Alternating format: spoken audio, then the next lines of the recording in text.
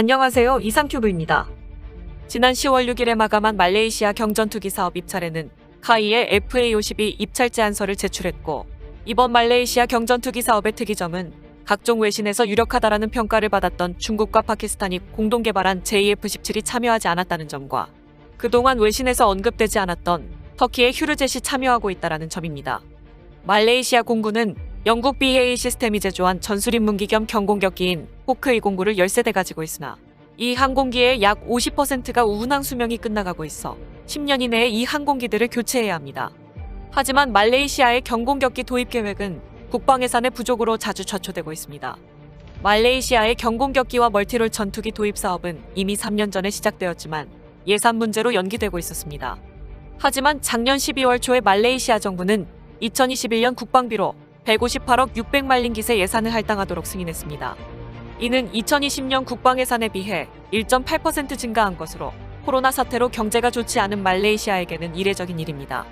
그만큼 말레이시아 공군은 올해에 18대의 경공격기 구입 가능성이 높아졌습니다.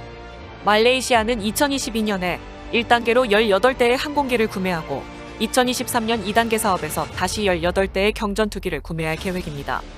말레이시아는 올해부터 시작해 3년 안에 모두 36대의 경전투기를 구매할 계획이며 사업 규모는 9억 6천만 달러 정도로 알려지고 있습니다. 말레이시아 언론인 더에지 마켓지가 지난 10월 18일에 보도한 내용에 따르면 말레이시아의 경전투기 사업에는 6개의 해외 업체가 입찰 제안서를 제출했다라고 밝히며 6개 업체에는 한국 카이의 FA-50과 터키의 휴르젯, 중국의 L-15 전투기와 이탈리아 레오나르도의 M346, 그리고 인도 힌두스탄 항공의 테자스와 러시아 로소보론엑스포트사의 미그 35입니다. 말레이시아 언론은 이번 입찰에 무슨 일이 있었는지는 불분명하지만 당초 9월 22일 입찰 마감일을 10월 6일로 연장했다며 모든 것이 순조롭게 진행된다면 이르면 내년 3월 말에서 4월 초까지 낙찰자가 발표될 수 있다라고 전했습니다. 이 중 그동안 말레이시아의 각종 언론에서 가장 유력한 후보로 검토되었던 JF-17이 참여하지 않은 것에 대해 말레이시아의 언론도 의외라는 반응입니다. 아마도 올해 5월 말에 16대의 중국 군용기가 말레이시아의 해상 수역을 침범하여 말레이시아의 사라왁에서 60해리 이내를 비행한 사건이 중국의 입찰을 방해할 수 있다라고 덧붙였습니다. 이에 대해 말레이시아가 중국에 대한 공식적인 항의를 했지만 중국은 관련 국제법을 엄격히 준수했다는 답변으로 말레이시아를 무시했습니다. 하지만 중국의 또 다른 입찰자인 L-15 전투기를 제조하는 중국의 캐틱은 이 사업의 수주를 위해 공격적으로 나올 것이라고 예상했습니다. 중국은 자금 조달 측면에서 매우 매력적인 패키지를 제안했을 것이며 이 계약을 체결하기 위해 캐틱사는 말레이시아의 기술 이전을 약속할 가능성이 높다라고 전했습니다. 이번 입찰에 참여한 또 다른 경쟁자인 인도의 테자스도 이번 수주를 위해 공격적으로 나올 것이라고 예상했습니다. 인도의 힌두스탄 항공은 이번 계약을 수주하게 된다면 말레이시아의 정비창을 설립할 의향이 있다라고 전하며 이것은 다른 입찰자들도 말레이시아의 정비창을 고려하고 있는지는 불분명하지만 말레이시아는 높은 유지보수 비용으로 인해 러시아의 미그-29를 퇴역시켰기 때문에 말레이시아 입장에서는 정비창이 매우 중요하다라고 전했습니다. 인도 측은 말레이시아 공군이 테자스 전투기를 도입하면 말레이시아 현지의 테자스의 정비창 시설 설립을 제한하는 등 적극적인 제안을 계속해왔으며 마침내 인도가 공들인 결과 말레이시아 공군 관계자가 인도를 방문하여 테자스 MK-1A 제조 시설을 견학했다라는 현지 언론의 보도도 나왔습니다.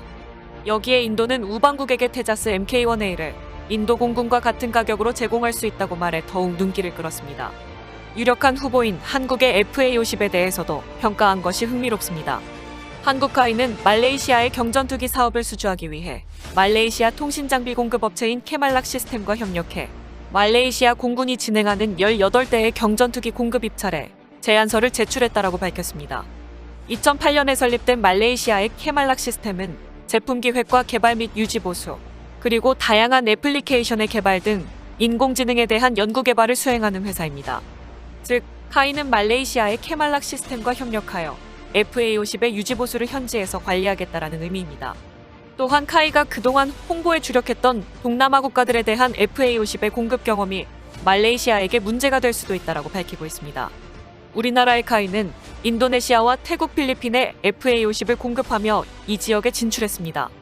하지만 한국의 카이는 동남아 국가들에 판매된 FA-50이 판매 포인트라고 말하지만 말레이시아는 만약 이들 나라들과 문제가 발생했을 때는 FA-50이 문제가 될 수 있다고 말하고 있기 때문에 말레이시아에 입찰해서 FA50의 지역적 입지가 말레이시아의 국가방어 능력에 어떠한 영향을 미치는지는 두고 봐야 알 수 있다라고 밝히고 있습니다.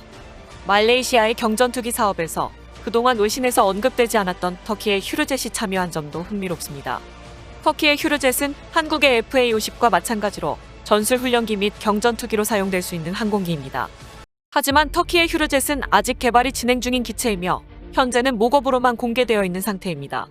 올해 1월에 외신 기사에 나온 바로는 미 공군의 전술훈련기 도입 사업에 참여했던 미국의 SNC와 기술 협력을 진행 중인 것으로 보도되었습니다. 참고로 미 공군의 전술훈련기 도입 사업에서는 보잉의 T-7A와 로키드 마틴과 카이의 FA-50, 그리고 미국 기업인 SNC의 TX 프로젝트기가 참여해서 보잉의 T-7A가 선정되었습니다. 터키는 이중 SNC와 접촉하여 휴르젯을 개발 중인 것으로 보입니다. 외신에 의하면 실제로 모급으로 공개된 휴르젯의 디자인은 SNC의 TX 프로젝트기와 매우 유사하다라고 보도하고 있습니다. 또한 휴르젯은 미국의 윌리엄스 인터내셔널의 FJ44-4M 엔진을 장착할 예정입니다. 참고로 윌리엄스 인터내셔널의 FJ44-4M 엔진은 이탈리아의 M345와 사부의 105Z 훈련기에도 사용되고 있습니다. 하지만 터키의 휴르젯은 자체 개발에 비용 문제가 발생하면서 생산 대수 확보 및 개발 자금 확보를 위해 말레이시아를 끌어들이고 있는 상황입니다. 작년에 터키 항공의 CEO는 휴르젯 경공격기의 공동 생산을 위해 말레이시아를 초청했다고 밝히며 말레이시아의 항공기 부품 생산 능력은 항공기 기술에 기여할 수 있다고 말했습니다. 이처럼 터키는 같은 이슬람권 국가인 말레이시아의 휴르젯 경공격기의 공동 생산을 제안하고 있지만 아직까지 실체가 없는 터키의 경공격기를 말레이시아가 선택할지는 미지수입니다. 말레이시아가 이번 경전투기 사업에서 요구하는 필수적인 두 가지 항목은 공중구비 능력과 중거리 공대공 미사일 통합이라고 밝히고 있습니다.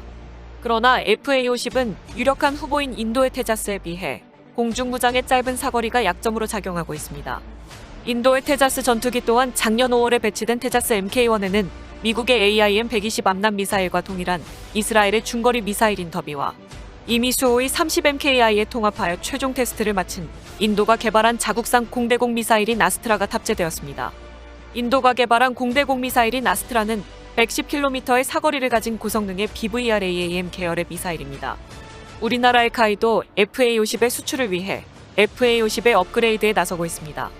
카이는 지난 10월 19일부터 개최되고 있는 아덱스 2021에서 FA-50의 업그레이드를 공식 발표했습니다. FA-50 업그레이드는 도입국인 필리핀 공군의 성능 개량 요구와 말레이시아의 경전투기 사업에서 다른 전투기들과 경쟁하기 위해 결정되었다고 합니다. 2013년부터 한국 공군에 실전 배치된 FA-50은 20mm 기관포와 9곳의 무기 장착대에 AIM-9 공대공 미사일과 공대지 미사일 등 최대 3.74톤의 무기를 탑재할 수 있습니다. 하지만 전투행동 반경이 F-16의 절반 수준인 444km 수준밖에 되지 않아 성능 개량 필요성이 꾸준히 제기되었습니다. 그래서 카이는 FA-50 경공격기의 항속거리를 증대시키기 위해 공중급유 능력을 부여하기 위한 개조 작업에 나섰으며 프로브 방식의 공중급유 시스템을 생산하는 영국의 코밤사를 주 계약자로 선정했습니다.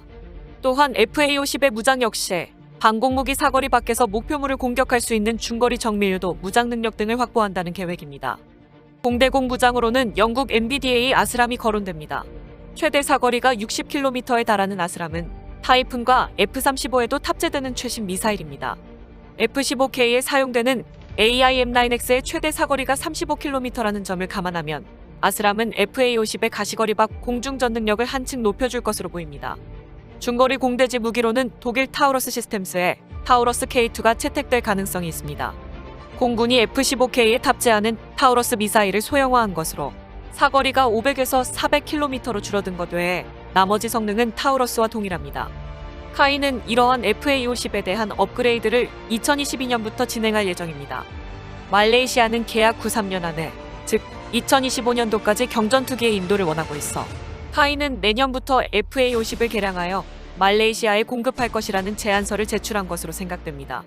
어찌됐든 이번 말레이시아의 경전투기 사업에는 가장 유력한 후보였던 JF-17이 정치적인 이유로 빠져 있어 한국의 FA-50이 예정대로 업그레이드가 진행된다면 가장 유력한 후보가 될 것으로 보입니다. 이상 마치겠습니다. 시청해주셔서 고맙습니다. 이상큐브였습니다.